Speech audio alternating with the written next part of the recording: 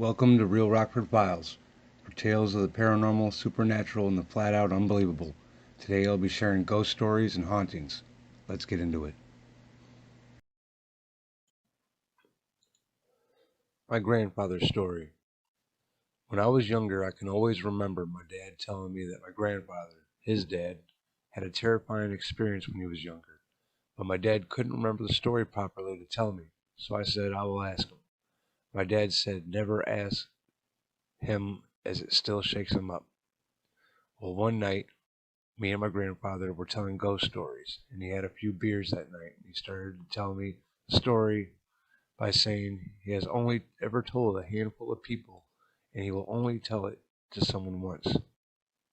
When my grandfather was younger, around 10 or 12, he lived in a small village outside town where he went to school. He would get home every Friday night and go and help an elderly woman who lived in the village look after her garden and doing small jobs around her house. She didn't have any family or children, so my grandfather and his parents looked after her. So he gets off the bus, heads to the old lady's house, unlocks the shed, and gets the old push lawnmower out and begins to do the grass. He looks into the living room and the window and sees the old lady, who smiles and waved at my grandfather had finished cutting the grass. He puts away everything and knocks on the door to collect his pay. The old lady slides the money and the hard sweet out of the mail flap and says, "Sorry, I'm not feeling well, but here's your money." So my grandfather says, "Thank you very much," and she replies, "You're welcome, good lad." My grandfather returns home, and his mother and father are sitting in the kitchen. They tell him to take a seat. They tell him, "We have something to tell you, but you probably already know. The old lady we look after died this morning. That's why she isn't at home, and you won't have been paid." My grandfather replies, telling them that they are wrong because he has just spoken to her and seen her through the window. They obviously don't believe him until he pulls the money and the hard sweet from his pocket. They all freak out and go to the house, where they find all the doors and windows locked and no one inside. As they are walking away, my grandfather turns around, and there she is standing in the doorway waving. Nobody believed him, and he was so scared and confused it sent chills down my spine when he told me, and he said no one believed him, and he shouted, "I know I spoke to her, and I definitely seen her." And to this day, he still won't look at the house she lived in case she's standing there waving. Walmart cleaner. One of my first jobs I had was an after-hours janitor at Walmart. I worked from 9:30 p.m. to 6 a.m. when the manager got there. Now, I was typically with two others, but it varied, and a few nights I was alone. One of the only things I found creepy was the warehouse downstairs. It was the same size as the actual Walmart. We had to go down there to grab soap to run the machine we used to wash the floors. We rarely needed to, as there were a few left out for us. One night I was there, alone. I had used all the floor cleaner and had to go down to the warehouse and get some soap. It already had an eerie vibe to it, pretty dimly lit. I walked over to grab soap. This was around 2 in the morning, so I still had quite a bit more time. I was grabbing the soap when I heard echoed footsteps. I was the only one there. I walked out of the aisle to see what looked to be a mid-20s male. "Who are you?" I yelled at him. Shivering, he said his name was Josh. This was his first night on the job. He was told to look for the other worker to get some assistance, and was told that the warehouse was where to get soap, and also where the break room was. I was creeped out, but he seemed legit. He knew the manager's name and answered all the questions I asked him. We started working, and everything was going well. He took an hour break at 5, pretty much to get out of work early. Said he would see me tomorrow night. The clock hit 6, and soon after my manager arrived, I asked why he didn't tell me about Josh. He looked confused. "The new night worker?" I asked. What he told me made the hairs on my neck stand up. "There's no new night employee. You are working alone tonight. Was someone here with you?" A police report was filed. To my knowledge, nothing has really come up. I quit the job the next day and never went back to work at that Walmart again. I keep hearing knocking on my door. I moved in with my aunt and grandmother recently. They live in an older home, so I'm used to hearing odd noises and creaks from time to time, but this has been freaking me out for a while now. Every morning I wake up between 4 and 6 a.m. to a rapid pounding noise. It's literally like someone is trying to break down my door. I asked my grandmother if she could hear it from her room, thinking it may be the water pipes releasing air pressure, but she said no, so that made me freak out more. One night I decided to stay up and wait right on cue at 4 a.m. I heard a soft scratching noise, and then the loud pounding again. My doorknob even started to rattle.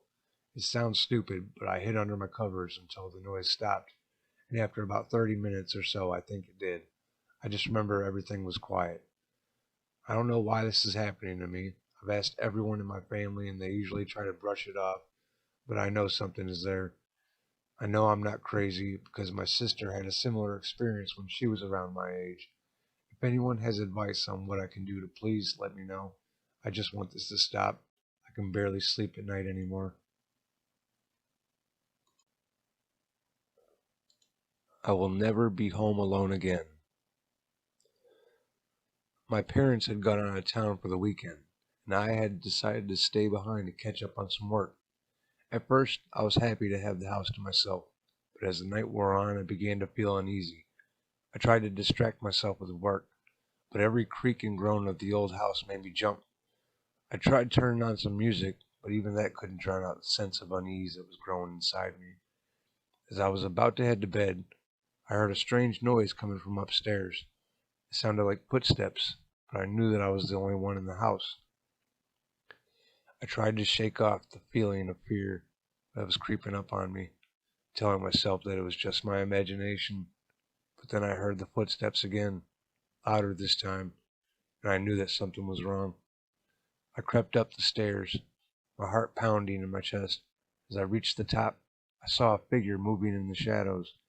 It was tall and thin, with long fingers that seemed to stretch out towards me. I froze, not sure what to do, but then the figure turned towards me and I saw its face, or rather, I saw the lack of a face. It was just a blank, featureless void. I screamed and ran back downstairs, but as I reached the bottom, I heard the figure following me. It was moving faster now, its footsteps echoing through the empty house. I knew I had to get out of there, but my keys were upstairs. I was trapped. As the figure drew close, I saw that it was holding something in its hand. It was a knife, glinting in the dim light.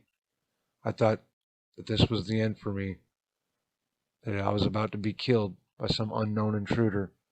But then, just as suddenly as it appeared, the figure vanished. I stood there, shaking with fear and confusion. I didn't know what had just happened, but I knew that I never wanted to be home alone ever again.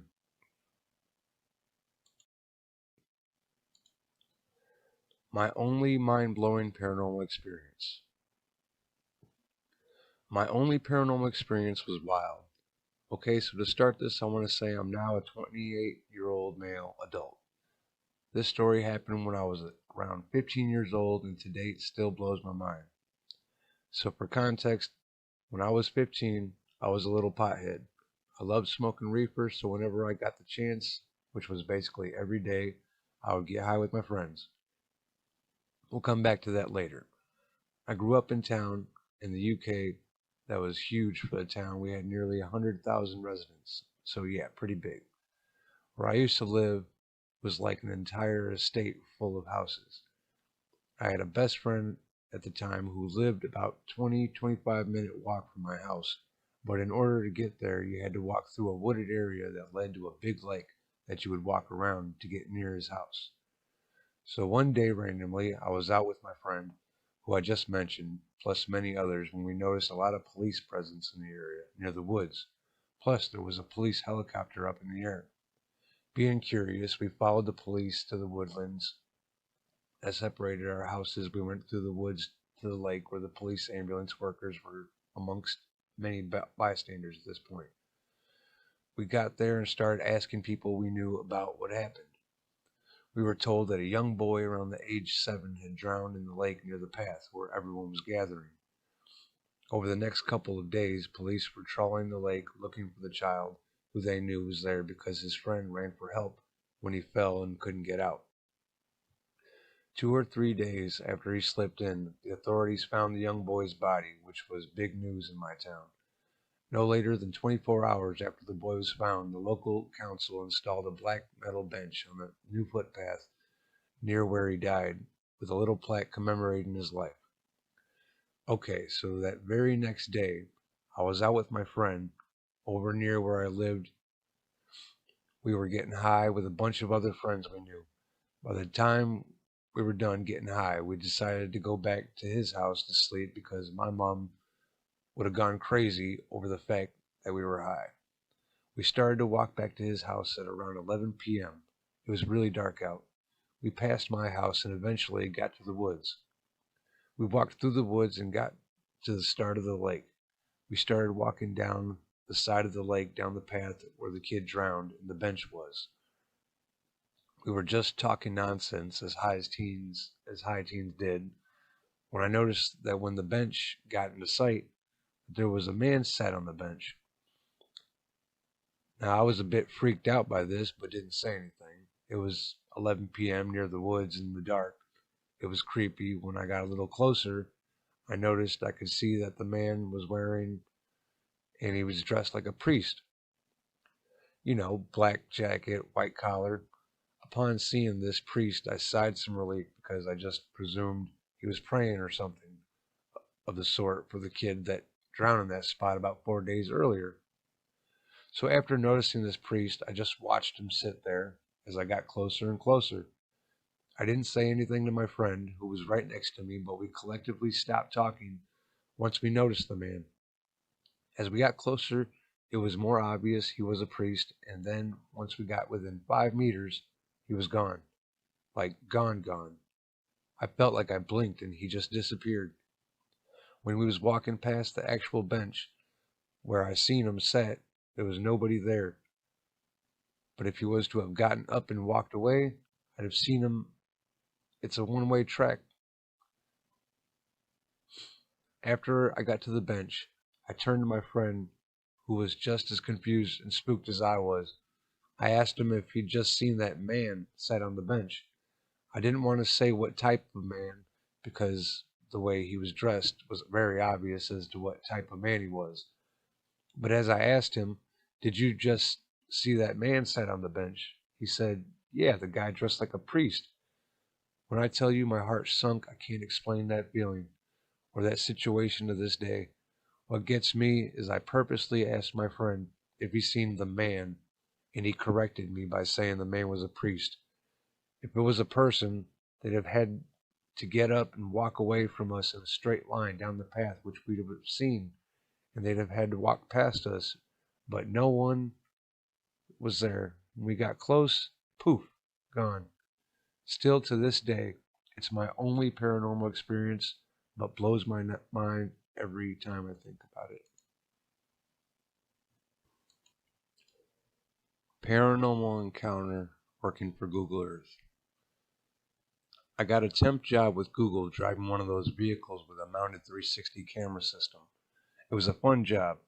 I was tasked with recording highways, streets, and sometimes off-beaten paths in the middle of nowhere. I was assigned a company vehicle and worked as a one-man unit. They paid for gas, hotel, and food.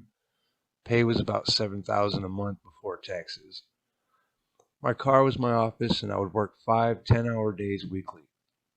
I wouldn't have any human interaction for days. It was a lonely job, but I enjoyed all the sightseeing adventures. The job was easy, but it required a lot of multitasking. You had a computer inside your car, had to navigate the road, and manipulate the camera system mounted on the roof. The job brought me to a small town somewhere north of Marysville, California. It was a quiet town and had a nice countryside vibe to it. I was finishing up my shift before my weekend, and I decided to take a shortcut by driving down the dirt road which I thought connected to the highway. I really regretted doing that. It was 5 p.m. in the evening in the middle of July, so the sun was still out. Due to the heavy foliage and overgrown trees, the path I drove was really dark and creepy. The forest made for a scene out of a horror movie. I put my headlights on just so I had better vision. As I was making a sharp turn on this downhill slope, I observed my headlights reflecting on a yellow dead-end sign. Luckily, there was plenty of room for me to do a U-turn safely. This part of the dirt road was the darkest part of the forest, with only small patches of sunlight penetrating through the canopy from the overgrown trees above. Once my car repositioned to the exit area, I looked in my rearview mirror and I noticed someone standing behind the dead-end sign.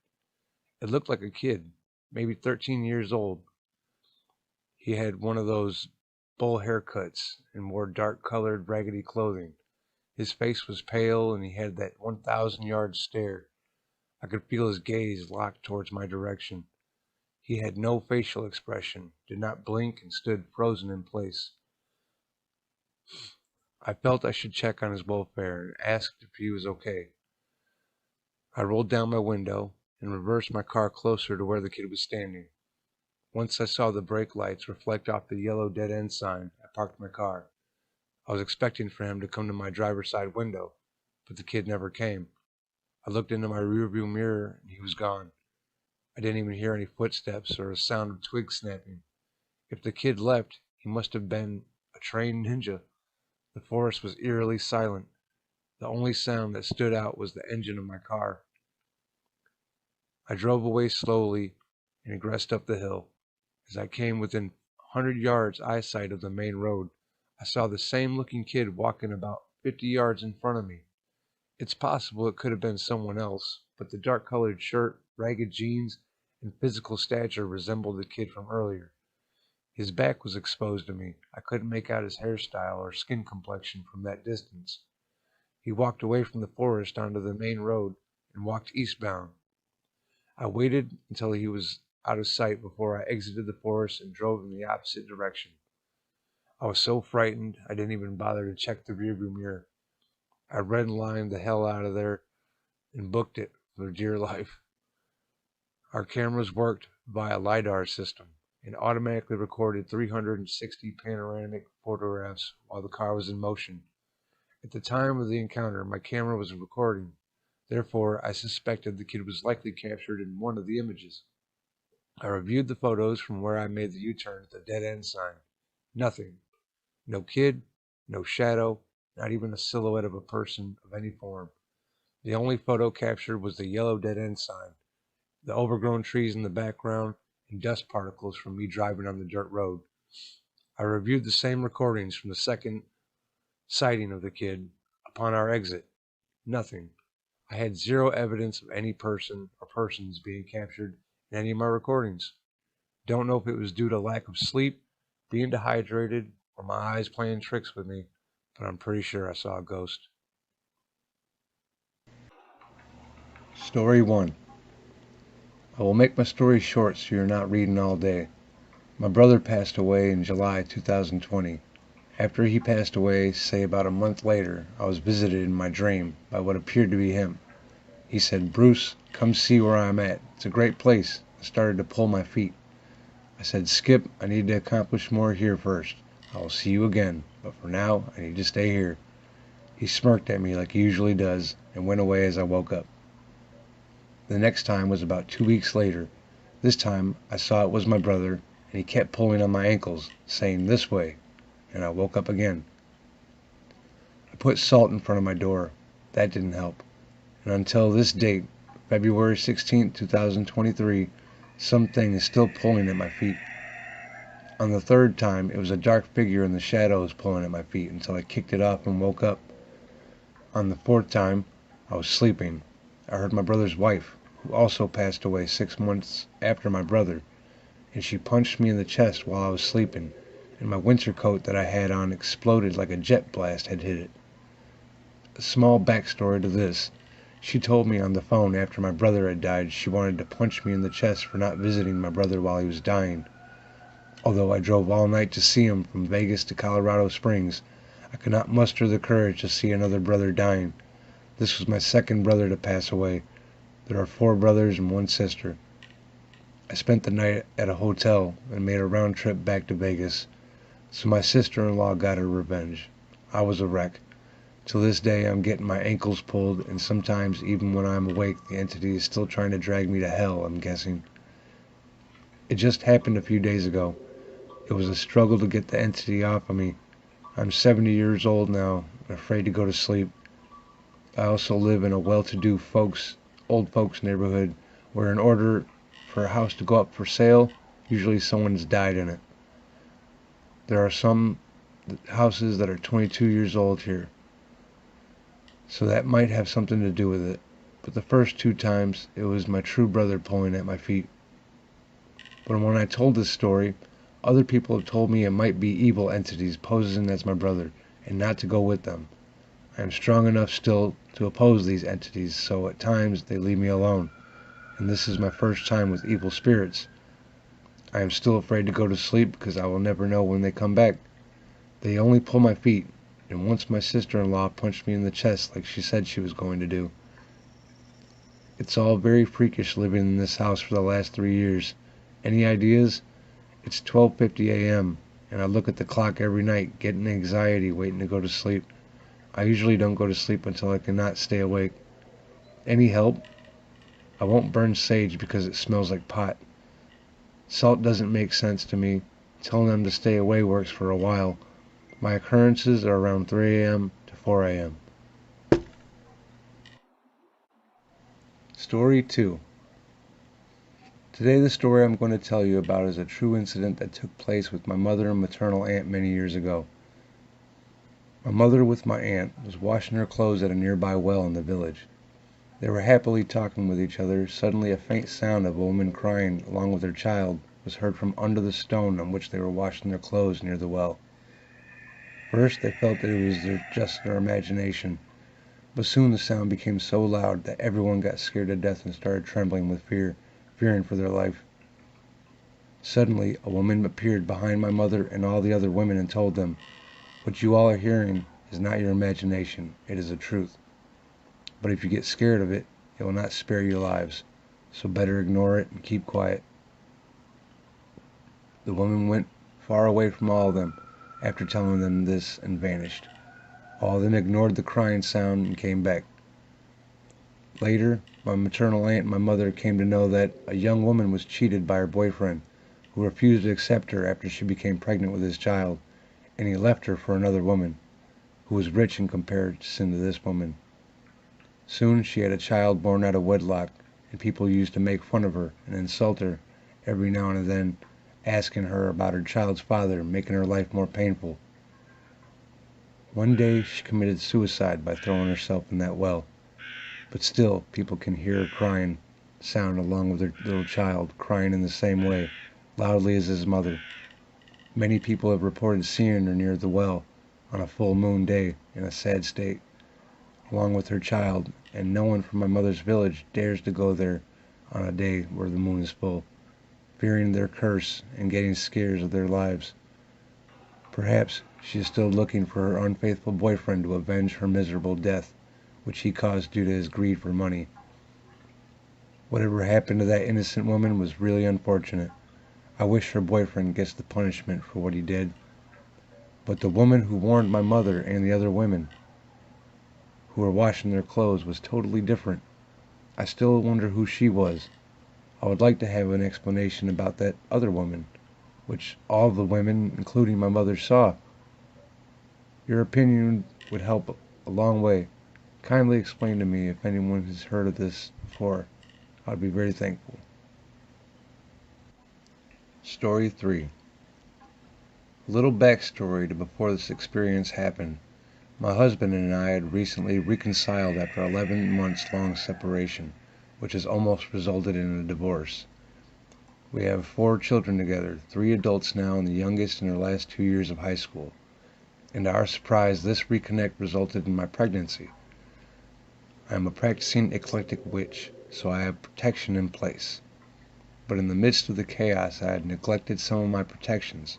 This may be important later on. This one particular morning, my husband had left for work and I decided to lay back down in bed. I didn't have to work that day, so I decided to get a few more hours of sleep as this was the early stage of my pregnancy. I had the TV on and decided to lay down and watch the early morning news until my eyes grew heavy. I was wide awake, so I knew I'd lay there for a while. I wasn't comfortable on my left side, so I turned onto my back, put my right arm over my eyes, and laid there for maybe between 10-15 seconds. I could still hear the news reporter talking about the weather when the right side of the bed sank down suddenly. It felt as if something was big enough to make the entire side of the bed sink down. I was instantly on alert and didn't want to move, and then the vision came in. As I lay there, an entity of a demon-like man started to crawl over me, but not on top of me. At first he had scraggly long dark hair, and a trench coat, and a huge body and face. Then suddenly turned into this demon that continued to hover over me, but not touching me until his tongue protruded from his mouth and licked my left arm, which was on the left side of the pillow. I could actually feel the tongue, which felt like a cat's tongue. Its tongue wasn't connected to its mouth. It protruded out but wasn't connected. I heard a voice saying, "Don't breathe in its breath."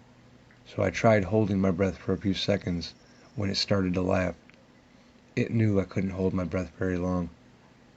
I hadn't taken a deep breath that would allow me to. In a panic, I suddenly shut my mouth. As I was trying to hold my breath, I started to blow onto my face. A dark black mist was coming out of its mouth. I had to breathe somehow, so I began to breathe short breaths to my nose. I started to think of the baby and protecting it. At that time, we didn't know the gender. I tried my hardest not to breathe in its breath, but I couldn't help it. It continued to laugh and started to lift up and away from me. That's when I got a look at it. It had a dark red and black face. Vision the Jeepers Creepers face without the nasty shine to it, and horns that came straight out and then bent back. Those two were black with a red tint. He continued to laugh and then dissipated. I waited a few seconds before moving, and then lifted my arm off of my face, sat straight up, and was in complete shock. I still don't know what it was trying to do, but I amped up my protection around the home and for myself, baby, and family. Story 4. My aunt on my father's side has resided in her current house for nearly the past 35 years. The house is settled within a comfortable suburban neighborhood just outside a highly commercialized area of Kingston, Ontario. Throughout most of the duration of her residency, all seemed peaceful and uneventful. Over the past 6 months, I have made multiple trips to my aunt's house to give her signed copies of my published books and also to engage in some leisurely chats with her before heading to work in the afternoons. Throughout my life so far, I have made so many trips to my aunt's house and never experienced anything out of the ordinary. It was never until fairly recently that I became informed of one particular incident that occurred during a relaxing Saturday afternoon in the summer of 2012. My youngest cousin was 12 years old at the time. She became bored that Saturday and decided to invite one of her friends to their house and spend the afternoon playing some video games in the basement. My aunt had recently purchased a new Xbox 360 as well as a copy of the new Just Dance game. For those who are unfamiliar, Just Dance is an interactive series of games in which the player performs a series of dance moves choreographed to the moves of live-action dancers on the screen while modern or classic songs play in the background. The player is rewarded points for accuracy. They began playing and at first really enjoyed their time together as they tried to earn the highest score, while simultaneously laughing among themselves after making mistakes. The midday sun bled through the basement window and was positioned at just the right angle that they were able to clearly see their silhouettes on the television screen. During the middle of a song, their attention was abruptly diverted to their shadows on the screen. They were fully aware that they had ventured into the basement alone, and yet they clearly noticed a third shadow standing directly in between them. This shadow was shorter than the two of them and resembled that of a small girl, perhaps around the age of 6. Intimidated, the girls backed away from the television, and the smaller one remained. It continued to just stand in the same position, completely motionless. Instinctively, they fled the basement and apprehensively informed my aunt about the encounter while she watched some television in the living room. My aunt went into the basement to investigate, and the mysterious specter was no longer present. She then promptly shut off the television and claims that no further incidents have occurred. The following year, a cousin was celebrating her birthday and informed one of her other friends about the occurrence the previous year. Her friend assured her that she was a psychic and walked with my cousin to the basement to take a look. After a brief moment of analyzing the environment, she claimed to have spotted the vague image of a small girl sitting in the far left corner of the basement. Though no other sightings have taken place, I am highly intrigued and wonder if I may end up witnessing this phenomenon during my next visit to my aunt's. Story 5. To start with, the following experience was in 2020. It was around 5 p.m. and I was doing my homework. I was having difficulties in doing some of them. I asked my cousin to come help me, which she did, and I still didn't understand, which made me super frustrated. I don't like asking for help and hate feeling like a failure. All of a sudden I flinched and I felt like something overtook me. I didn't remember anything that happened after that. My sister was in the same room and she saw me breaking my blue pen and pouring ink all over my face. I started crying loudly, which I never do, and after a couple of seconds I started laughing hysterically, and that's when my sister got scared and went to call my mother. But when they came, I was already in my senses and went to clean my face, which I must not mention took so much to take the ink off my skin. After this happened to me, everything started being weird around me. I've been seeing tall dark figures staring at me sleeping, and sometimes when I'm sitting on the couch late at night, the figures seem to make me paralyzed, where I can only feel those big tears fall down on my cheeks, until I was no longer scared of those. I was always scared to talk to someone about this.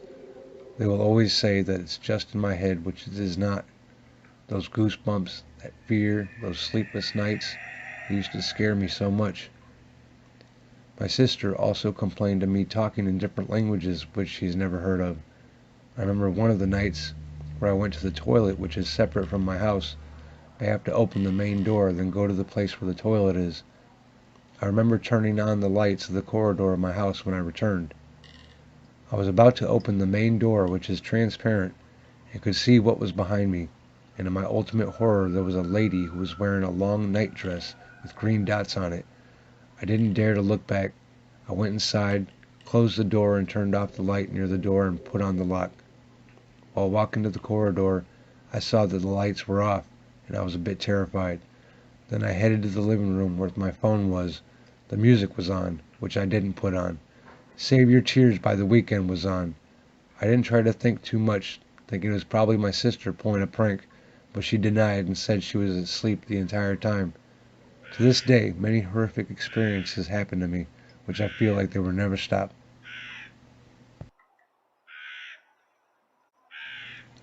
Story 6.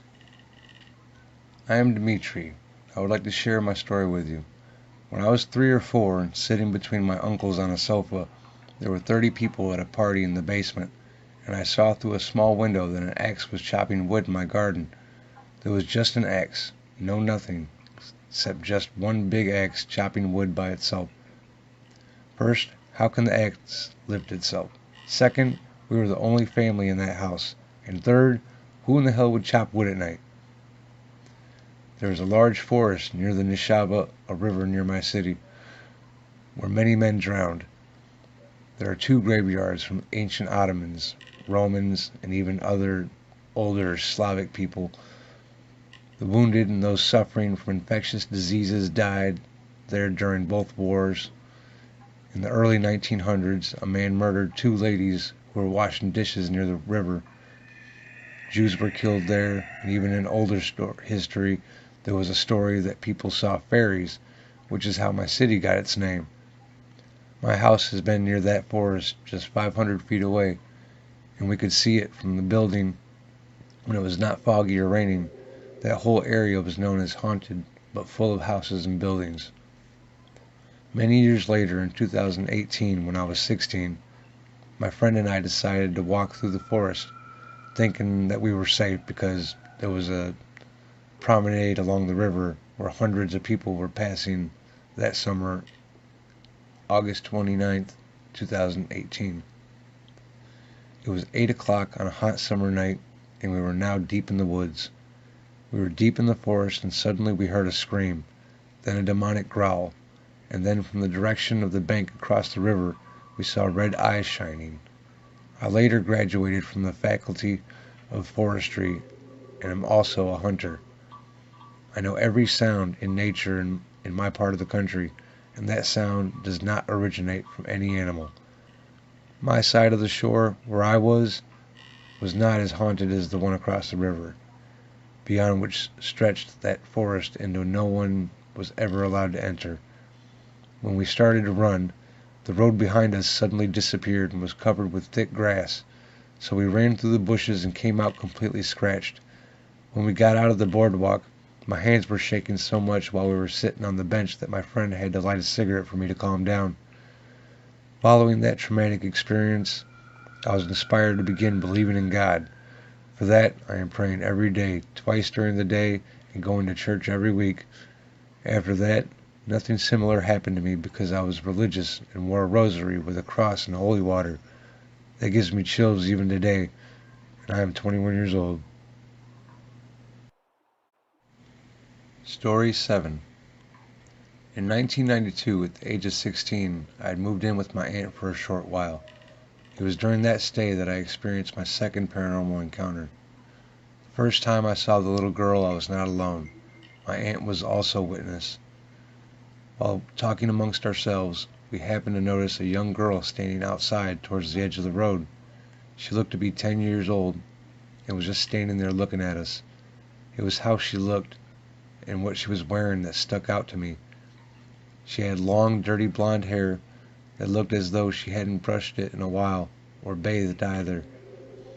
She appeared to be wearing a long nightgown, something I remember seeing and wearing as a little girl in the early 1980s.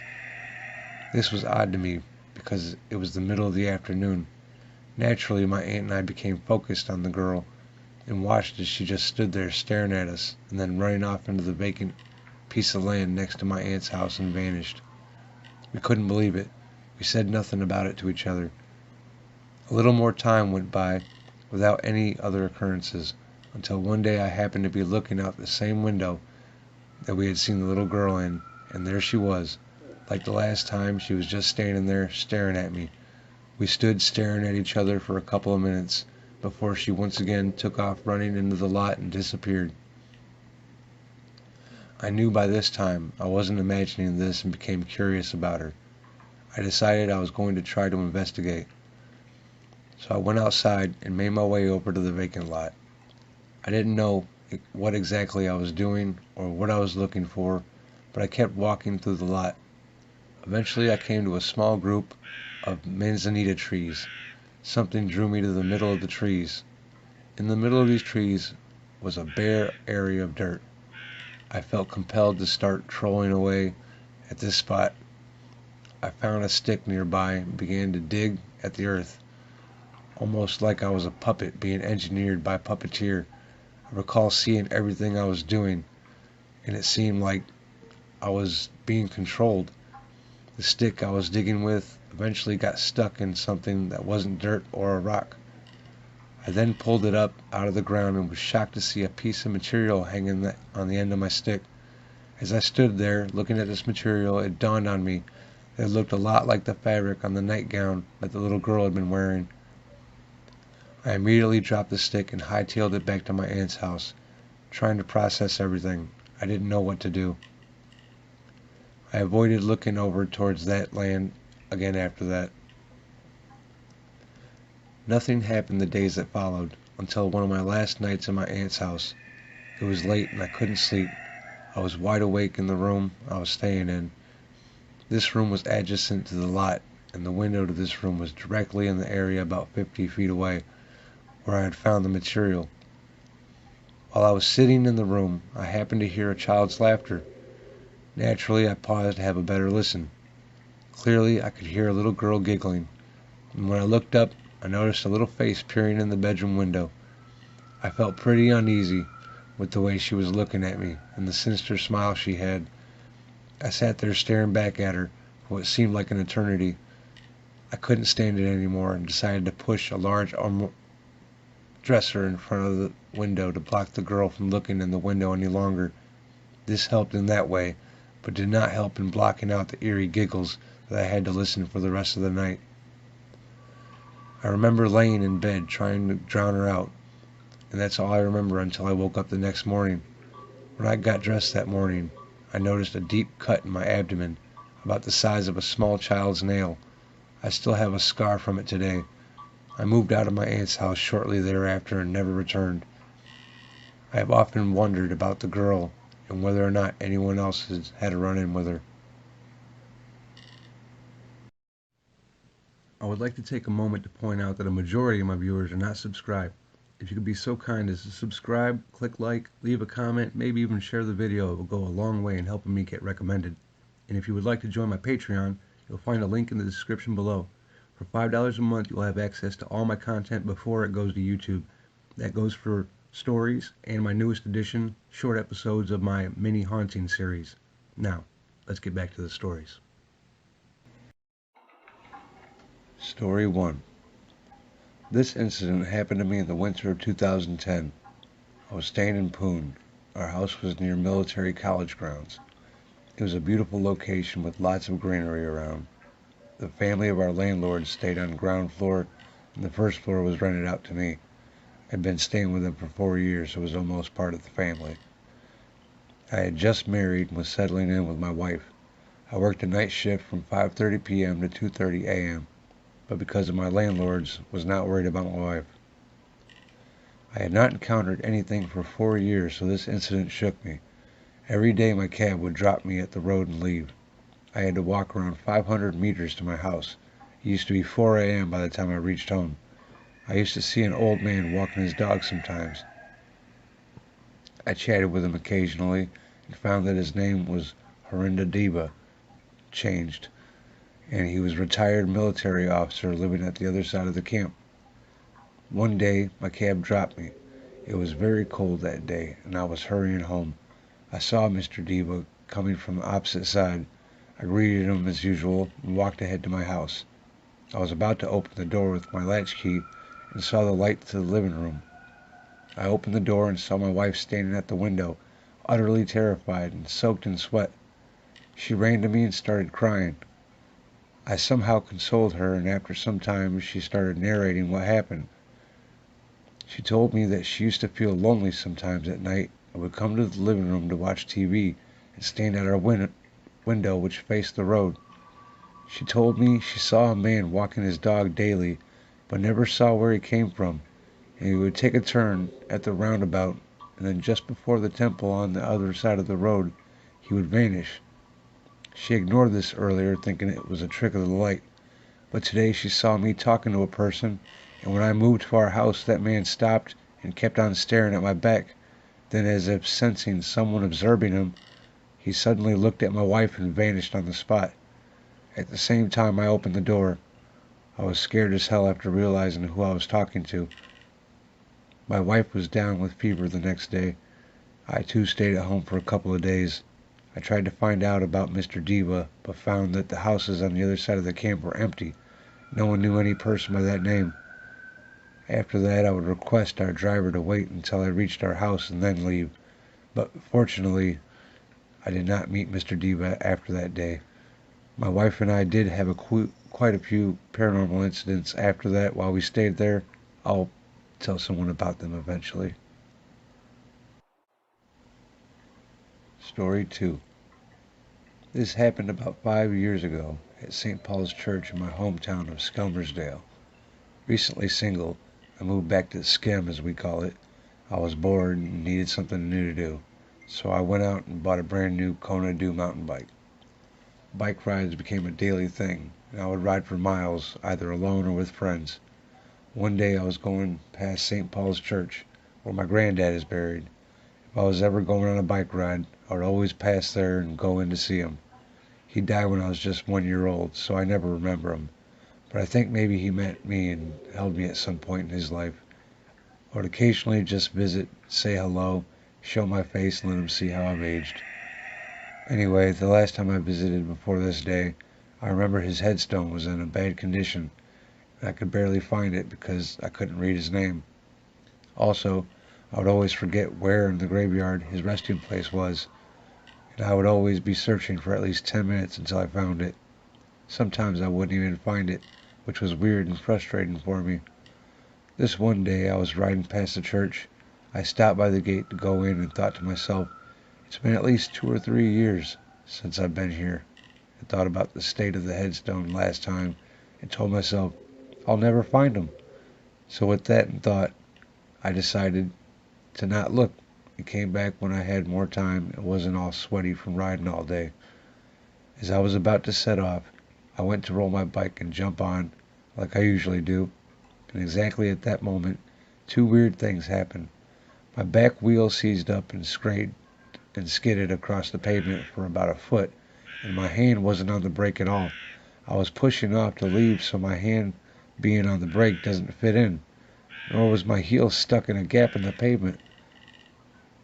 I also received a huge ping of tinnitus in my ears to the point where I kind of wobbled a bit. I sometimes get tinnitus, I'll admit, but never had it like that before. I really believe it was my granddad stopping me from leaving, and the tinnitus, for me, tells me he was present. Thanks for reading. Story 3.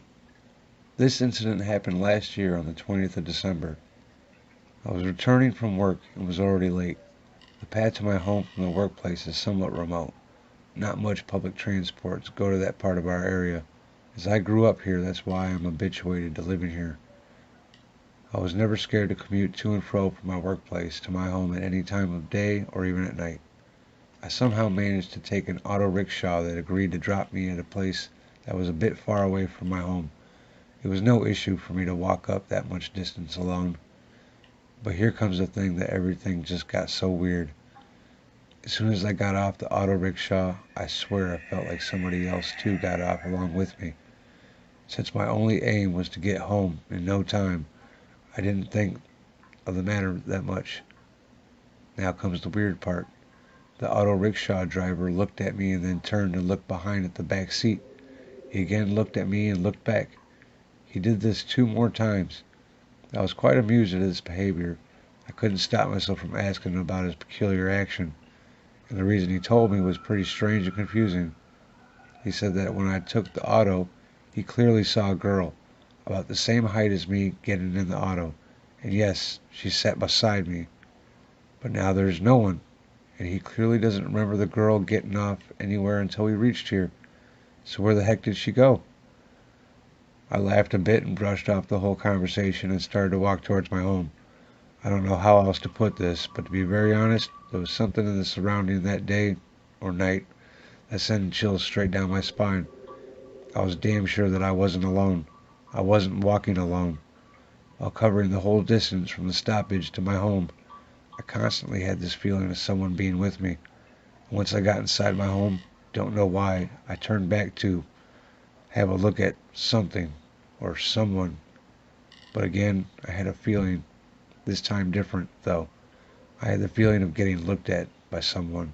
I don't know who, but by whoever was standing there, outside my house, on the other side of the road. Thank you for reading this, guys, and I hope that you'll pardon me for my poor English. Thank you once again.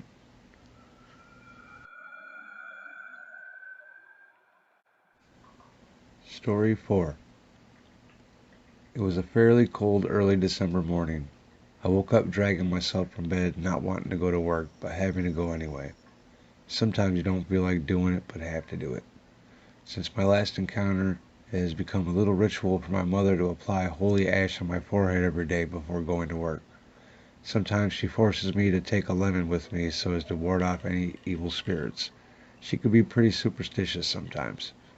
I had a lemon in my bag with me this day and did not have the faintest idea that I was about to encounter another similar incident, but this time on a different route. I have a feeling that it happens when you least expect it to. I travel alone to work now as my colleague had quit his job and joined another company elsewhere. As I took a left turn, passing through a village, I saw a figure walking ahead of me in the middle of the road, as if he appeared out of nowhere. He was an adult male in his shorts. He held his left hand up at waist level. Maybe he was mentally challenged. But as I got closer to him, I felt something odd. I saw some from behind. that his legs were all dirty and covered with white cement or mud.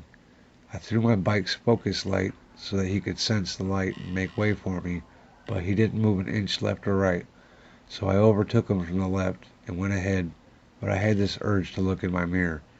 There was no one behind. He was nowhere to be seen. I stopped my bike and looked behind to make sure, but the figure wasn't there. Just 50 meters ahead of me, there were three guys waiting for a vehicle to pick them up for work. They didn't have the slightest idea what I'd just seen. Nevertheless, I got on with my journey. Story 5.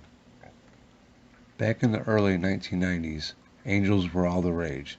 You couldn't go into a store without finding a stand on the counter with guardian angel pins. Everyone wore them on their jackets. In fact, I still have one attached to an old sweater.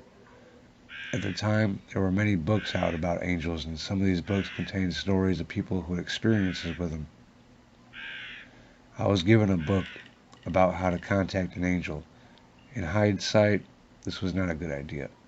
One uncontacted was most likely not an angel. However, this seemed like a neat thing to do at the time. I was in my early 20s and just happened to be home alone, not sure where my boyfriend or roommates were, but this seemed like a good time to try this. I don't recall 100% what the instructions were, but I remember there was some type of incantation you had to recite. I had a notebook in my lap and a pen ready. Based on the instructions in the book, I started the incantation and waited. Nothing. Suddenly, thoughts started coming into my head, and I started writing them down. Now, I don't know for sure if this is my mind making this stuff up, but the sentences were rhyming. I asked the angel its name and was given a response. Moments later, the energy in the room shifted. I started to feel overwhelmed, like something very large was in the room with me. At the time, I had an oak dresser, and the wood started making popping sounds. I started to see gold glittering as if someone was dropping glitter from the ceiling. Instead of feeling some sense of peace, I was terrified. I begged whatever it was to go away because it was scaring me. I had the master bedroom at the time and entered the bathroom right off of it. I stood in front of the sink with my eyes closed and continued to beg for whatever was there to go. Without warning, I felt something cold touch the center of my back, right between the shoulder blades. Then it was gone. The room returned to normal, and I didn't see or hear anything out of the ordinary. I took a big breath of relief. My back still felt cold, so I lifted my shirt up and was horrified to see a large purple oval in the center of my back. It didn't hurt. It just looked like a giant purple bruise. Needless to say, I was feeling quite unsettled for some time to come. I never tried to summon an angel, or anything for that matter, again, and eventually got rid of the book. So what was really there? Was it an angel, ghost, demon? I will never know for sure. Later on in the day, I told my boyfriend at the time what happened. I mentioned the mark on my back. When I went to show him, of course it was gone. Story 6. This is one of my own personal stories.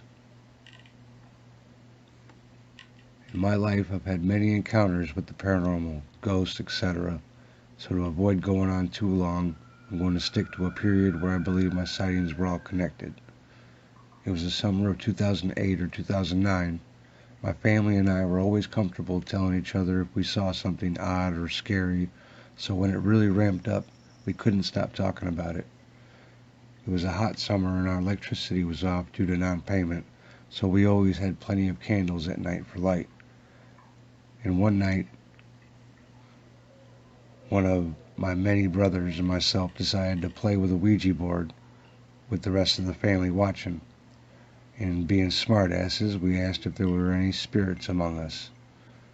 Ready to laugh when the thing moved to the number 8.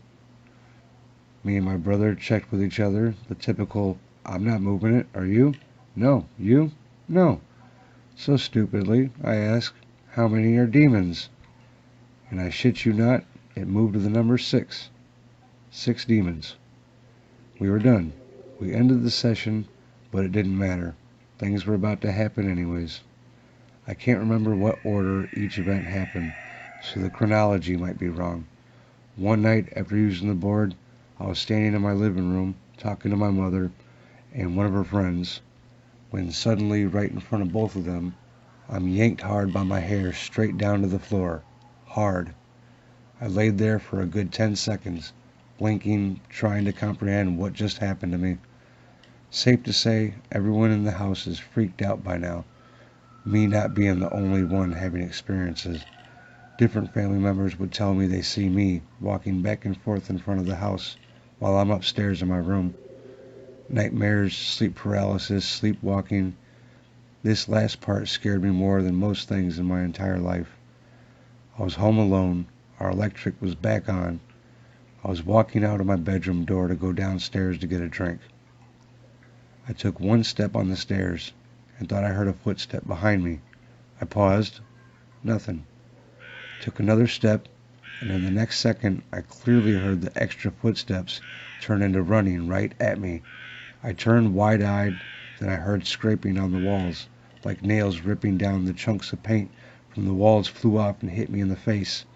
I stumbled down the stairs, half running, half shaking, and stood outside until everyone else was home. When they got home, I was pacing back and forth like the other me. To this day, not much has scared me like that did. That's all for now. Hope you enjoyed.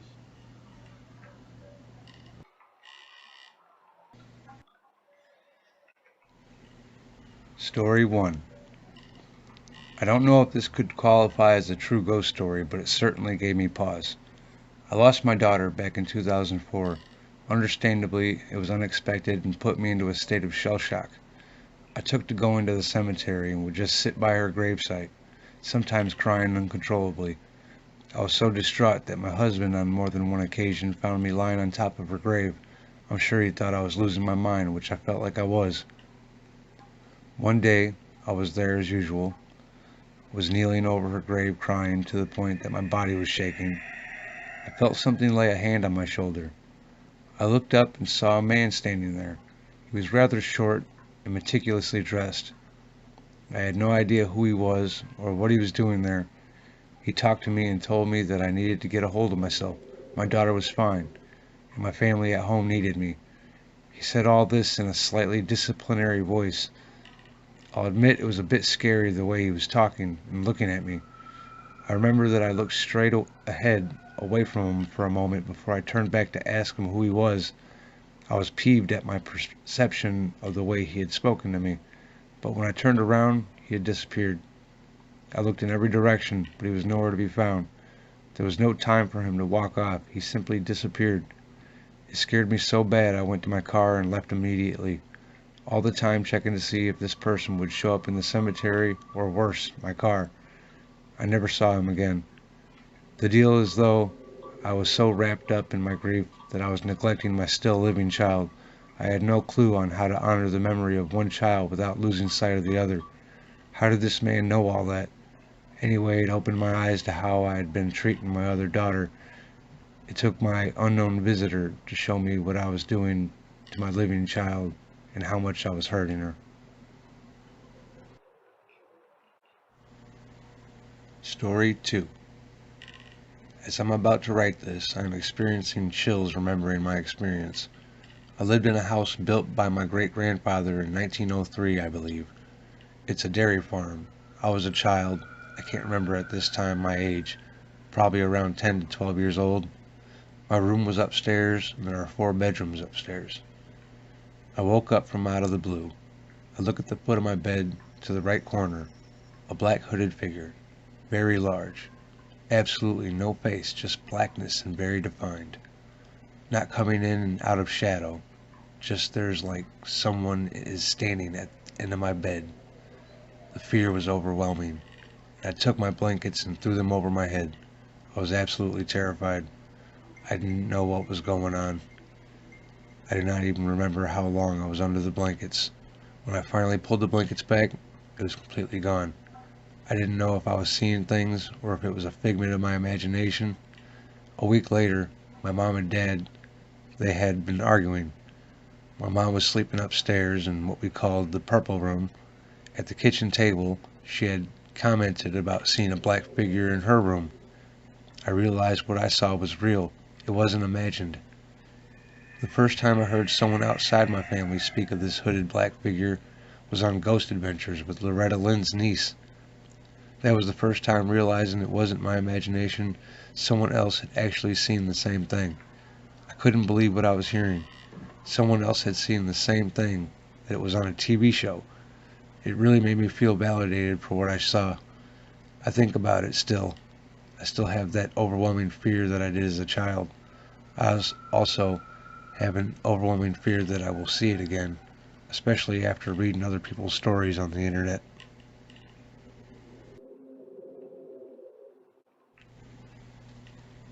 Story 3. In May of this year, I lost my partner to a horrible accident while camping. His gun went off and accidentally shot him while we were sleeping. It was the worst day of my life. Friends have asked how I could stand to stay in the camper after what happened. My answer is that it was always meant as a place for rest and relaxation. I would be letting tragedy win if I did not keep it. While I am sad for the loss of such an incredible man, being in the place where he took his last breath brings me peace. I know he would still want me to take solace there. As part of my healing, I decided to take the camper to a quiet area 90 minutes north of Phoenix. I found a beautiful, quiet spot with gorgeous views of Sedona and Flagstaff. There are a lot of people who live the vagabond life there, or are retirees. It is a very tempting full-time lifestyle, to say the least. I quickly met a woman about my age who lived in the campsite next to mine. She informed me that the two ladies who lived in the campsite behind me would be back that Saturday evening from visiting relatives in California.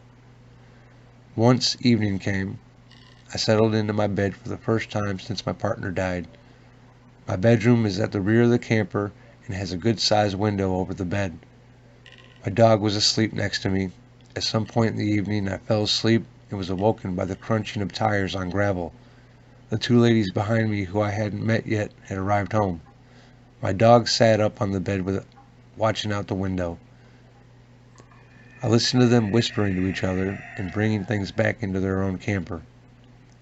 Finally, their door shut and all was quiet. My dog curled back up to me and fell back to sleep. I drifted off and was awoken a little bit later by my dog sitting and staring out the window again. This time he was whining. I sat up to see what was going on outside and saw a man standing only feet away from my camper, just over the border of my campsite. He didn't seem to notice me and appeared to be staring off into the distance. He had curly blonde hair and was dressed in shorts and a t-shirt. I at least caught that of him as I ducked down quickly, thinking he was going to spot me being nosy. It felt extremely awkward. I figured the girls may have had a visitor or family member staying with them that was out checking the night sky. There is a light ordinance in place, so the stars are quite spectacular here. A few minutes later, I peeked out again to see the man still in the same spot. He hadn't moved and his eyes seemed fixated, from what I could tell, on something well beyond the campground. My dog was also still watching him, but wasn't whining or growling. As time went on, I met the two ladies who lived behind me. I asked them if they had a visitor the night they arrived back from California. They told me no and looked extremely puzzled when I told them about the man I had seen. Unbeknown to me, they have the Ring app on their camper, as it is their full-time residence. Upon reviewing footage from the evening in question, the camera picked up motion and recorded for 15 minutes. You could clearly see the back of my camper in the footage, but nothing else. There was nothing moving, no apparition or person to speak of. I don't know what I saw. It was not my partner. It didn't scare me because I thought it was a real person. So strange. The woods directly behind the campsite have had some strange goings-on too. We've seen balls of light floating in the dark that come in and out, and the two ladies say they've heard crying sounds coming from the woods. Now there may be logical explanations for these, but it can definitely get creepy when it is so dark. After the man was seen behind my camper, one of the ladies let me know that she had done something and it wouldn't be back. I'm not sure what she did. She is from the Osage Nation, so maybe a ritual of some sort. This was back in September, and so far I have had no strange sightings of the strange man again. Story 4. I have been meaning to write about the following incidents for several years, but for one reason or another kept putting it off. This took place in, I believe, 2018. As part of my job in pet care, I regularly spend long periods of time at customers' houses when they're out of town. This particular house was built in the 1940s, and in the 90s had an extension added. Several paranormal incidents happened there over the years. Once, while my wife and I were sitting in the den, which is part of the newer extension, discussing the possibility of the house being haunted, several of the ceiling lights in the vaulted ceiling began dimming and then getting very bright. They had individual brightness control knobs, while a chandelier and 3 lamps began flickering on and off. Meanwhile, the lights in the kitchen remained on without disturbance. This weird light show went on for 20 or so seconds before returning to normal. The fact that it was multiple lights, seemingly acting independently, suggests it was paranormal. I have stayed in this house many times since, and nothing unusual with the lights has ever happened again. On occasion, when my wife was staying alone in the house overnight, she awoke to hear what sounded like 2 male voices in conversation coming from the space between the bedroom and the bathroom door. As often seems to be the case with paranormal voices, although distinct, what was being said was unclear. Suffice it to say, there was nobody visible there.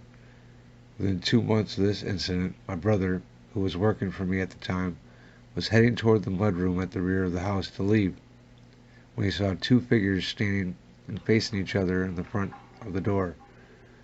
He described them as appearing like a photographic negative. They were there and within a couple seconds were gone. The most dramatic incident was when I happened to be alone one morning. I was getting dressed in the master bedroom on the main floor. It's a 2-story house, when a loud rainstorm got my attention. The rain was lashing loudly against the windows, and I glanced at the half-open door to see a woman quickly walking from the entry foyer to the left and turning left to head down a short hallway to the kitchen. I knew what I was witnessing was an apparition, as the woman, who was wearing what appeared to be a light shin-length dress and had hair falling past her shoulders, was monochromatic. She seemed comprised of a washed-out white and was clearly focused on some objective as she hurried past.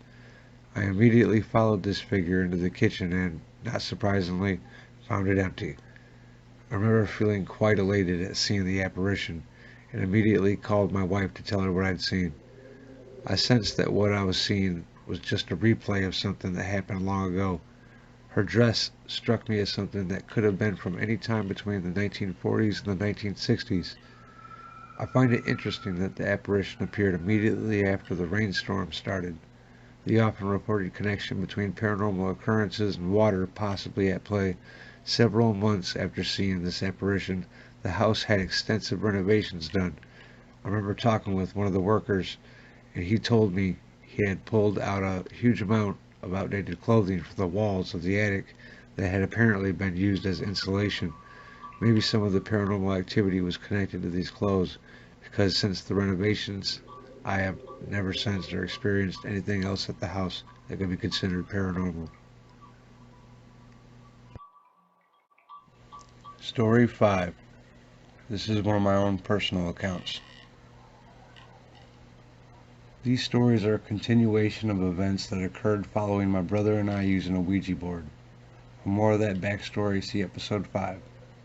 So not long after the night, I was chased out of my house by something I couldn't see. I tried to busy myself at my computer to not be so paranoid all the time. One day, I'm editing movie scenes to make my own music videos, in my room completely alone, when suddenly an empty box that was sitting about 7 feet away from me sounded like it had been kicked, and at the same time the box bounced off the back of my head. Not hard enough to hurt, luckily the side of the box got me, but I was startled and spun around in my chair. Saw no one. Whispered, "What the hell?" Then, to be less scared, I said aloud, "So you're throwing stuff at me now? Awesome." And left the room for a while. Another day, I was in my room doing much of the same as before, making videos that I would later in life know to be cringe. and I'm sitting facing my computer and had my bedroom door open. From where I was sitting off to my left, I can see the upstairs hallway where if you make a left, you pass a bathroom and it ends at another bedroom. To the right is the stairs that leads to the kitchen and the basement. While I'm sitting there, I clearly see my oldest niece, who was around 7 at the time, run past my door towards the back room. I smiled and said, "I saw you." Moved my cursor on the computer screen so it didn't accidentally click anything while I got up. I walked into the hallway, said, "I wonder if there's anybody up here." Looked into the back room, nobody. Kept walking through the hall to the back room and said, "Oh man, I can't find you." Still nothing. Nowhere left to check but the big walk-in closet. Then I say, I wonder where she is, expecting her to giggle and give away her position. Still nothing. I check the closet and she isn't in there. My brain still didn't suspect a thing. I thought to myself, I must have sat at the computer longer than I thought, and she probably just went back downstairs. So I head down, and my mom was in the living room. I asked her where my niece is because she was running around upstairs. That's when she told me my niece wasn't there. In fact, she hadn't been there at all today. I don't know what I was playing hide and seek with, but it gives me such crazy chills I might not want to know. The last story I'll leave you with today is one I don't tell often. I feel like if I talk about him too much, he'll come back. So hopefully this will be the last time I feel compelled to tell. So one night, I'm in my room, door closed, playing Pokemon on my Nintendo DS. For those unfamiliar, it's a handheld game. And for whatever reason, I don't even remember, I had the light off, so my room was pitch black, except for the glow from my game. I'm laying on my bed, on my back, focused on the game. That's when I heard a sound like feet shuffling next to my bed. I turned the screen from my game to my right, where I heard the sound, and practically had a heart attack. Less than a foot from my face was a pair of legs, wearing blue jeans. I freaked out is an understatement. I jumped so bad I threw my game straight up into the air. This intensified my fear 100-fold. As the game was flipping through the air, I could get a good look at him. He was taller than the tallest person I've ever seen. His waist was a good 5 to 6 feet up, and his top half was hunched over and looked every bit of 10 feet tall. No face, just a giant man. When the game landed, I grabbed it as fast as I could and held it light side out towards the thing. It was gone as fast as it appeared. The moment I realized it was gone, I ran for the door, hitting the light switch and glancing around quickly on my way out. We call him the Tall Man. Had a few more encounters with him, but that was the worst.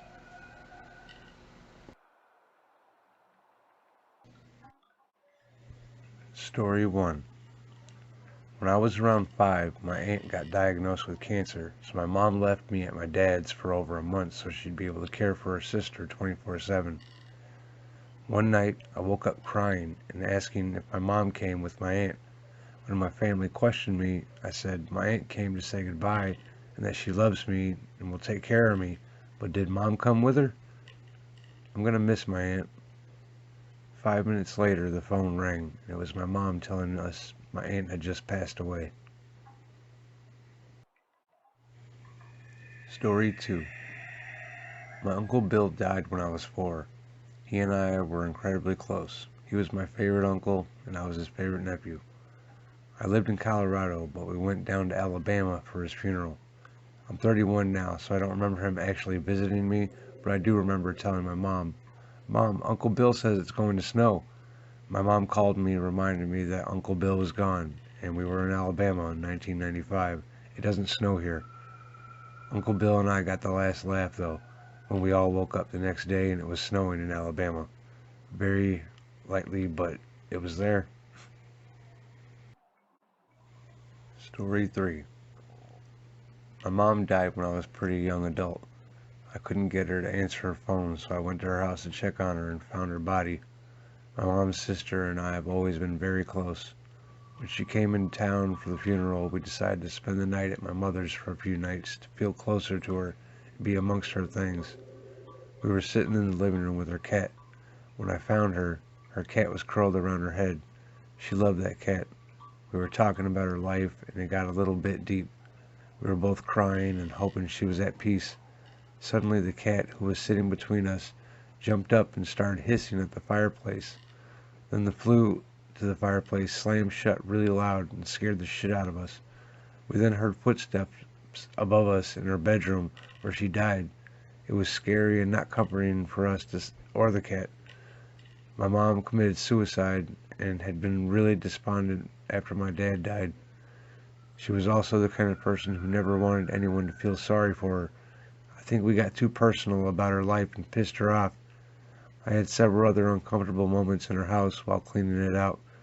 My then 8-year-old son and I were packing boxes and her bedroom door slammed shut. It was a nice day, no windows or doors open. My son looked at me and asked, "Why is Granny so sad?" Story 4. When my dad became somewhat of a believer, it was in his 50s. My grandmother was in hospice and we received the news she had just passed away. My dad and I were on the back porch hanging out, talking about everything. He seemed off though. Yes, I know his mother just passed, but this was different. He seemed really off. I asked him about it, and he said he had the strangest dream the night my grandmother died. He was in the room with her in Michigan. We live in Virginia. My grandmother stood up, hugged and kissed him, told him everything would be okay. She proceeded to somehow walk out of some new door in the room that led to a green pasture with other relatives that had passed. He could only recognize his grandparents.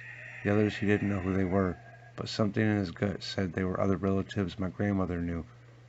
It's crazy because now when we talk about it, he doesn't act like it's a big deal.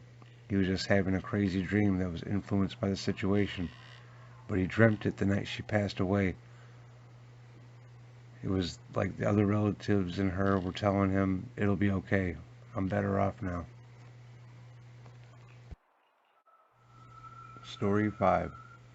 My mom passed away in early November 2005. I had gotten married at the end of May of that year, and she waited to tell the family that she was sick until the end of June. She didn't want to take away from the joy of the baby of the family getting married. It was way too fast, and none of us were ready to let her go. She always said she wanted to go at home, no hospital or hospice. Said it for years, especially after my dad passed when I was 16. He passed at home, surrounded by all of us up until the end. That was what she wanted too. In the house he built with his bare hands, and the house they raised the family in. So that's what we did. Basically, her 6 children moved back home and stayed with her for the final 2 months.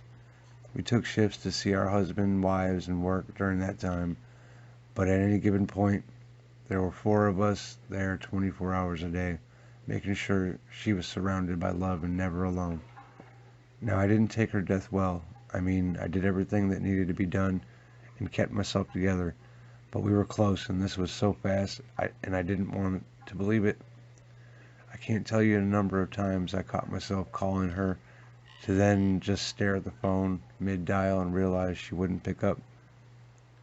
Well, a month after she had passed, I was alone at my own home watching TV. It was only about 7 p.m., so dark at that time of the year in New England, when movement caught my eye from my eye on the left. 12 feet from me, my mom walked through my kitchen stirring something in a bowl. She paused in the doorway, gave a little wave with her fingers from the hand wrapped around the bowl, as her head tilted with a smile and moved past the doorway. I was frozen to where I was sitting, so I called out, "Mom?" and heard her laugh, her healthy laugh, from before she got sick and couldn't smile anymore, let alone laugh. I went to the kitchen, but there was nothing. I swear on my life that this was real. She was there. Thing is, my mom was a great baker. She passed a lot of her recipes on to me, and while not as often as I would liked, we baked together. It was time that made both of us happy. We laughed, chatted, gossiped, and drank tea while we waited for a delicious concoction to come from the oven. To this day, whenever I make her cheesecake, cookies, cream puffs, or meringues, I'm happy. I dance around the kitchen as I stir the bowl, and I think of her the time she visited me. She has only visited me in my dreams since, always to warn me or help me with the problem that I'm having. I like to think that she was able to muster the energy to come see me in person just that once, so that I knew she was okay. I didn't have to be sad that she would always be there. Story 6. My biological dad lives in a creepy old farmhouse he renovated. I was helping him build out the office late one night. He went to the bathroom and I kept plunking away. I was on the floor and set my hammer down. I felt something, a presence, and looked to where I thought someone would be. Nothing. I reached back down for my hammer, and it's out of arm's reach, maybe 5 feet further than where I had set it down. I hadn't moved at all. He comes back after he's finished, and I tell him what had just happened. He laughed and said, "The little girl must be playing with you." Little girl, what? He then tells me that every now and then he hears a little girl laughing, and has even seen her. She's always wearing the same pair of overalls, and she just kind of wanders around upstairs. I'm not one to believe in paranormal experiences, but I have no explanation other than a little girl ghost just wanting to play. Story 7. I used to work in a bar that wasn't exactly a jail, but temporarily held people awaiting court and sentencing. Everyone had stories about the residential ghost who we called Sebastian. First time I saw Sebastian, I looked down the stairs while I was opening and saw some legs in black pants and smart shoes. The ceiling obscured his torso upwards. When I went downstairs to ask how he got in, he ran down the hallway and vanished. A few other staff members mentioned seeing a man in a black suit who would be in the bar after hours while he'd be cleaning, but when you'd approach or speak to him, he'd turn a corner and disappear. Sometimes after closing, you'd hear someone ringing the bells on staff members' bikes downstairs, or you'd hear a crash and the bikes would be moved to a different place. Other times you'd see a man in black duck into the office, and by the time you'd enter, he'd be gone. The clincher that convinced us all that it wasn't just a thing we all believed because we all joked about it so often was the day the new chefs came. They didn't speak much English and would leave once dinner service was over, so they never engaged in the Sebastian stories. One day, one of them asked about a man in black who kept leaning on the ordering window while they were cleaning. Sebastian was pretty chill though. He never scared us or did anything mean. I think he just liked hanging out. Story 8. When I was 15, my dad was driving to a friend's house to practice some roller hockey. My buddy lived in a 2-story log cabin with a long, winding driveway. It was the first time I had been to his house and had been told his parents wouldn't be home until later in the evening. As we drove up, my dad says he thought my friend's parents weren't home, and I told him they weren't. He then points to a 2nd-story window and says, "Well, someone is here." I look up and see an older male dressed in Western clothing and wearing a big cowboy hat. This is Texas, so that isn't unusual. I said, "I guess they got home early," and shrugged it off. A while later, I mentioned something about asking his parents something, and he says they won't be home till later. I point out both my dad and I saw someone in his house, and he freaks out because no one was supposed to be there. We then go in the house to check it out and don't find anyone. After his parents got home, we were in the back room of the house, and I see a picture of a guy who had been upstairs. I pointed out to my buddy, and he turns white and says that was his granddad, who died 6 years earlier. Turns out my buddy's parents believed the house to be haunted by multiple spirits. Story 9. Was visiting a friend in Chicago. She told me under no uncertain terms the ghost of a woman who lived there wasn't really fond of men staying there.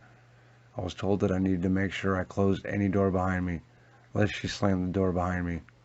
Sure as shit, first night I'm there, I get up to go pee in the middle of the night. I didn't close the bedroom door when I came back from the bathroom. The door slammed so hard it knocked a piece of art off the damn wall. Scared the living crap out of me. Had to go back to the bathroom again. Story 10. When I was about 12 during a summer, my sister, who is 5 years older than me, was out with friends after work. We shared a bedroom. I was up late, doodling in a notebook in bed, and had an older glass TV next to my bed that was turned off. At one point, I looked up and saw, in the reflection of the TV screen, my sister walk out of our bedroom doorway and into the stairwell. When I turned around to greet her, she wasn't there. I get up and walk into the stairwell, and all the lights are still off downstairs and in the bathroom next to our bedroom. So I think she must have ran downstairs really fast and head down myself to find no one again. At this point, I'm getting a little spooked and wanted to prove myself wrong, so I went outside and her car was still gone. I sprint back inside and run back upstairs to my parents' room and wake my mom up, tell her that I was pretty sure I'd just seen a ghost. She was too terrified to do much for it, and so I went back into my bedroom petrified.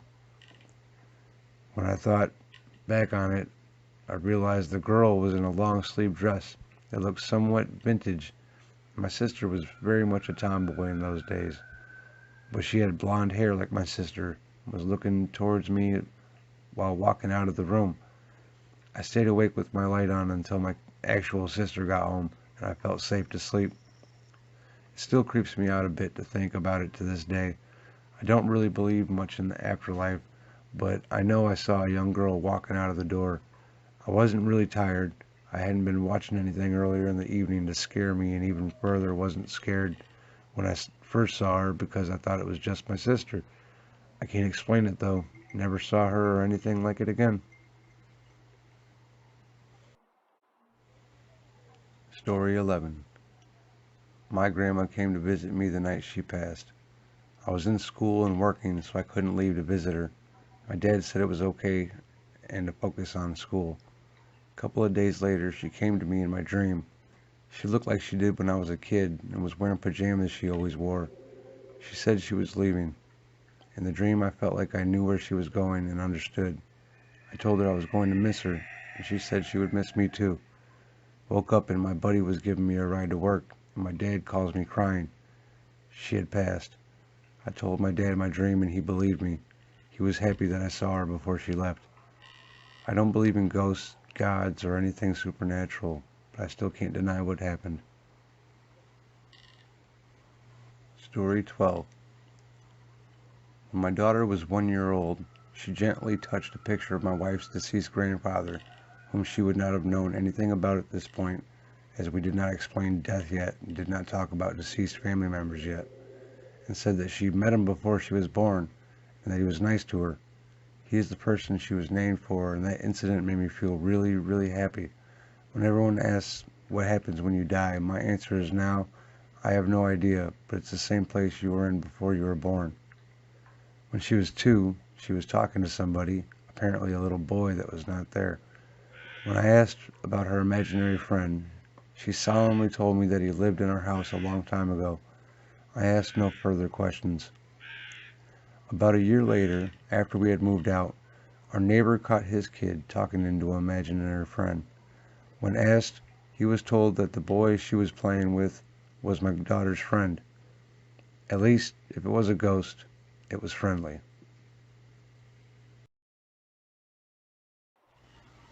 Story 1. I am not much of a writer, but I believe that this story deserves to be told. I am the type of person who has always searched for paranormal experiences. I used to work as a ghost walker, took people on tours of haunted sites in my town, and I collect books on Bigfoot, ufology, and I also read tarot cards. My grandmother also believes she is a psychic, so I truly have been around the supernatural my whole life. That being said, I am also a skeptic, and I like to find rational explanations to supernatural experience whenever I can. This story is about one of those times in which I was left feeling that the veil between the living and the dead isn't as thick as some would believe. In March of 2019, my girlfriend and I traveled from Toronto to Chicago to attend a work conference at one of the many older hotels found in downtown Chicago. The flight was brief, and thankfully customs gave us no troubles. We took to the train from O'Hare to the Loop and made sure to stop at the Nutella coffee shop before checking into our hotel. The check-in was uneventful, and we were amazed to discover how many of our favorite movies had been filmed in this hotel. We walked up and down the staircase many times and took many pictures.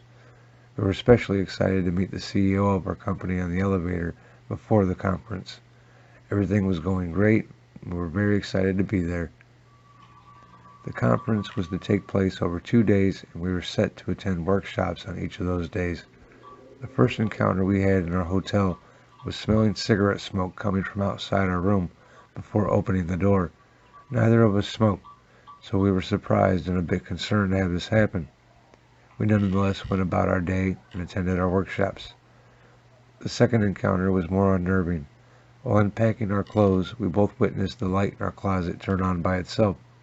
There is no way either of us did this, and I would be very surprised if it was an electrical problem.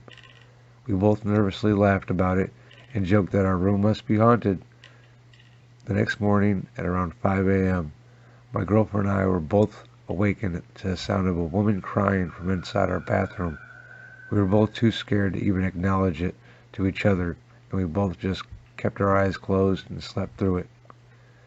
I, to this day, think that our room was in fact haunted, and that we experienced a spirit from another world. Part of me wanted to reach out to the entity and try to help her. I feel that the more paranormal experiences you encounter, the less afraid you become. I truly hope to one day be able to help these spirits and to help them find resolve in the afterlife. Thank you for reading. Story 2. In the summer of 2009, I was visiting Chicago for a work trip. Stayed at the historic Hilton Chicago across from Grant Park. My sister also lives in Chicago, and my trip coincided with her bachelorette party. After work on a Friday evening, I had dinner with my sister and 2 of her friends.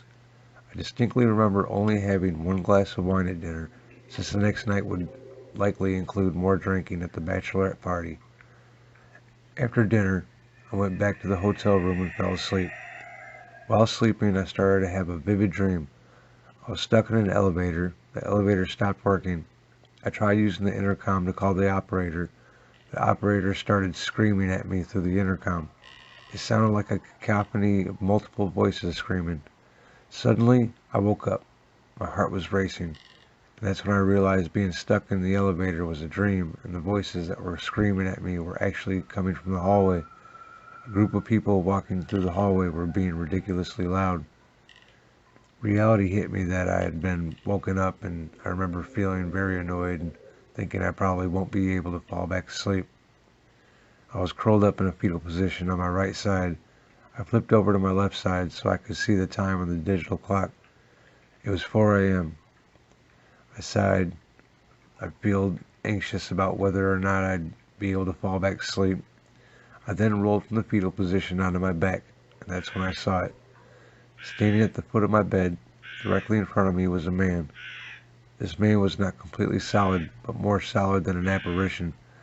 I could make out every single detail on this man's face, but there was definitely a low-key glow radiating from him. To this day, I could spot this man in a lineup. His hair was reddish and thinning, high cheekbones, faint mustache, pointy nose. He was wearing a cut-off Celtics jersey. He was staring at me and smiling slightly. Creepy in a I'm standing in your hotel room staring at you creepy way, but not overly creepy. I did not sense this person to be evil, but I was still scared. We stared at each other for what felt like 5 minutes, but was probably 10 to 20 seconds. My thought process during this time went something like this. Did one of those people in the hallway break into my room? No, this doesn't feel like a real person. This feels like a ghost. Maybe it's my guardian angel. Shouldn't my guardian angel be wearing something nicer than a cut-off jersey? Am I having one of those sleep paralysis moments? Can I move? If it's a ghost, wouldn't he have left by now? He's still staring at me. It must be a real person. Oh my God, there's a real person in here. At that moment, I decided this person was real. I sat up in my bed and screamed while staring directly at this guy. And all of a sudden, right before my eyes, he just faded away, almost like pixels dissolving into the air. I'm still sitting in the same spot, breathing heavily, While sitting, I started looking around the room because I was still confused about what had just happened. The door to the bathroom was slightly ajar, and as I looked into the dark doorway, I saw his face again, staring right back at me. We locked eyes, and then once again he just faded away like pixels. I have never been so scared in my life. I felt incapable of moving or doing anything. I was so scared. I curled up under the bed covers, completely awake for the next hour. Eventually, I grabbed my cell phone off the nightstand and called my boyfriend, now husband. It was 6 a.m. in New York at that point. He didn't answer. Eventually, I got up and went to yoga in the park with my boss that morning and told her the entire story. Then I asked two different hotel employees if they ever heard any stories, and they said no. I can't imagine that is true given the historic nature of the hotel. Later that morning, I talked to my boyfriend slash husband, and he said it was probably a remote viewer who was just having some fun going into different hotel rooms. I don't know what it was, but I know it happened. Story 3. Both these incidents have been years apart and in no way connected, but they are pretty fresh in my mind. Hope they're a good read for all. Incident 1. It was in 2010. My husband and I lived in a townhouse and were avid horror show fans. We literally watched only the Ghost Hunter episodes on every channel, haunting movies and TV shows, Ghost Whisperer, etc. It was fun for us, honestly. We didn't take any of what we watched too seriously. One night, it would be around 12:30 p.m. to 1 a.m. I remember being in a dream-like state and clearly seeing something standing behind our bedroom window curtain. It had long hair which was blowing around, and I could see a hand coming out from behind the curtain. For a minute or so, I felt totally paralyzed with fear. It was as if my subconscious was telling me to wake up before whatever it was comes out from the curtains. I could feel the sweat on my back and using all the strength I could muster to sit up on the bed. And my husband sat up on the bed at the exact same time. We both jumped and then looked at each other. I asked him, "Bad dream?" And he stares at the curtain and describes exactly what I had seen. I was shaking by then, and we both left the room and went to sit in the living room all night. It never happened again, and I never felt unsafe in that house. We did increase our number of TV shows we watched, though. Incident 2. This was less dramatic. We were returning from a party late at night, around 1 a.m. Our 6-year-old was sleeping in the back seat. There's a road near our home which is a wooded area and has estates, horse riding institute, and golf courses on each side. The road is kind of hilly, so you feel like you're on a smooth roller coaster. I could see a white figure about 100 yards from us. I thought it was a white smudge on the windshield, honestly. The figure stayed the same size, even though we were close to it. The car went right through one of the spots when we were right next to the white, misty figure, and the proximity alert on the car beeped. I was shocked for a second and then looked back but couldn't see anything on the road. My husband, who was driving, said it was just the road being so uneven that caused the beeping. We have traveled on that road hundreds of times since, but no beeps yet. I certainly don't take that road at night anymore, even though it's a shortcut.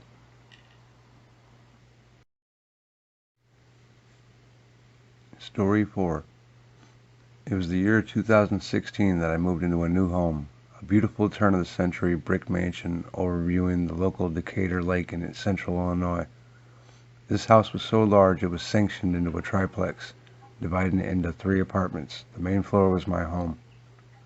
Soon after the move, we noticed things falling and getting knocked off the table or couch when we weren't in the room. This happened a lot. I would walk into the kitchen and boom, something fell in the living room. It was strange, but we didn't think really much of it. About a month after moving in, I took a shower in the middle of the day. Just as I finished and flung open the shower curtain, my hair dryer across the room turned on simultaneously. How weird. I was slightly creeped out by this, but figured maybe it is the old house having electrical issues. Maybe the moisture of my shower sparked something. Maybe static electricity. I was definitely creeped out, but still did not feel the need to tell anyone and brushed it off as a coincidence. 2 days later, at 2 a.m., my boyfriend got up to pee while I was dead asleep. I was awoken by a horridly loud rattling, clunking sound that only lasted about 4 seconds, followed by my boyfriend's loud cursing. I shot up in bed, yelling, "What the hell was that?" My boyfriend was panting and noticeably spooked. He said he was just taking a leak, half asleep, when out of nowhere his electrical travel razor that was sitting on top of the porcelain water reservoir turned on. The vibration and rattling on the tank was ear-numbingly loud at 2 a.m. in the morning. Damn near gave me a heart attack. I didn't touch it or anything. I was just peeing and it started to buzz. Look, it isn't even plugged into the wall. How the hell does this even happen? I immediately had shivers down my spine. The hairdryer, I haven't even told him yet. The hairdryer turns on for me, the razor turns on for him. How creepy is this? My boyfriend and I were not really into paranormal things or believed in ghosts, but here we are, thoroughly creeped out in this old brick building. To make things more eerie, we found swastika and iron cross tiles embedded around the old fireplace, which was a very strange thing to find in 2016. During one night at around 2 to 3 a.m., we were both dead asleep and woken by an extremely loud bang inside our room. It was so loud my boyfriend shot up in his sleep and had his gun in his hand within a few seconds. He is a Marine. If I had to describe the bang, it sounded as if someone had a large stack of heavy books and dropped them from the ceiling to the floor. It was loud. The light switched right above my head, and as I switched it on, I was expecting to see disarray, something broken or fallen on the floor or something knocked over, but there was nothing. Absolutely nothing. Not a thing out of order. We could never figure out what in the world made this loud bang. As the months passed, my boyfriend and I broke up, and I lived there alone. At night, I frequently noticed that right at the moment I was drifting into a sleep, I would be woken by what felt like screaming directly in my ear, and I was accompanied by what felt like electric jolts in my brain. It felt very wrong, violent, and as if I was being attacked. These electric jolts almost felt like seizure activity, and I started to worry that maybe I had developed a seizure disorder or a brain tumor. A month or so later, I had a date over for the first time. We were sitting on the couch talking when he suddenly interrupted me and said, "I'm sorry, I don't want to seem weird or freak you out, but I can't focus like this. Do you by any chance believe in spirits or ghosts?" I looked at him with a blank stare. He didn't know any of the weird things that have happened since I moved in, so I answered with, "Well, not really, but since I moved here some weird things happened that kind of make me wonder." He smiled and said, "I really, really hope I won't deter you or make you think I am nuts, but I've been able to see spirits since I've been in little, and definitely you have one here. Female, she is standing on your porch right now." He looked uneasy and pointed at the screened-in porch. I think all the blood has drained out of my face at this point. I was so shook at what this stranger in my house just said. He continued to tell me that she is wearing a bathrobe and she used to live here. 50s, maybe 60s, he said. She died here in the bathroom. Suicide in the bathtub. I was just flabbergasted at this point. So as soon as he said all that, I started telling him about all the things that have happened since I moved in, and he validated all these occurrences as most certainly her doing. Shortly after, I moved out of the house and into a small one-bedroom lake house across the lake. I never felt the strange electric jolts in my twilight sleep again, and never had electric objects turn on or off, or have things constantly fall onto the floor. This only occurred in this house. The same guy that told me about the female spirit came and visited me about a month or two after I moved out. He told me how much he liked my new place and how it is such a better, healthier place for me to live in.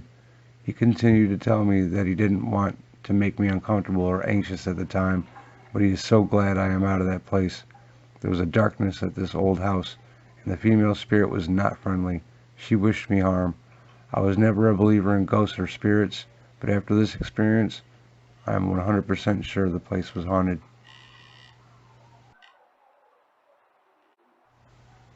Story 5. Early in the year, I woke to my son saying "Mom" in an urgent tone. His room is far enough away so I can only hear if he's inside the room or by my door. When I got up to see what was wrong, he wasn't there. Checked his room, and he was asleep. Mentioned this to my boyfriend. He just laughed about it and thought I was dreaming or something. A couple months ago, it happened again. This time sounded like my younger son, a toddler's scream cry, like he was in distress. Woke up and turned the lights on, and he was fast asleep. Checked my other son, and he was also. Mentioned to my boyfriend, but he didn't think much of it. Last month it happened again. I woke to my son saying, "What's that?" Again checked him, and he was asleep. Went back to bed and was woken again to what sounded like a yelling, unsure from who. Checked again, everyone was asleep. Told my boyfriend the next day. Again, he thinks I'm just dreaming or something.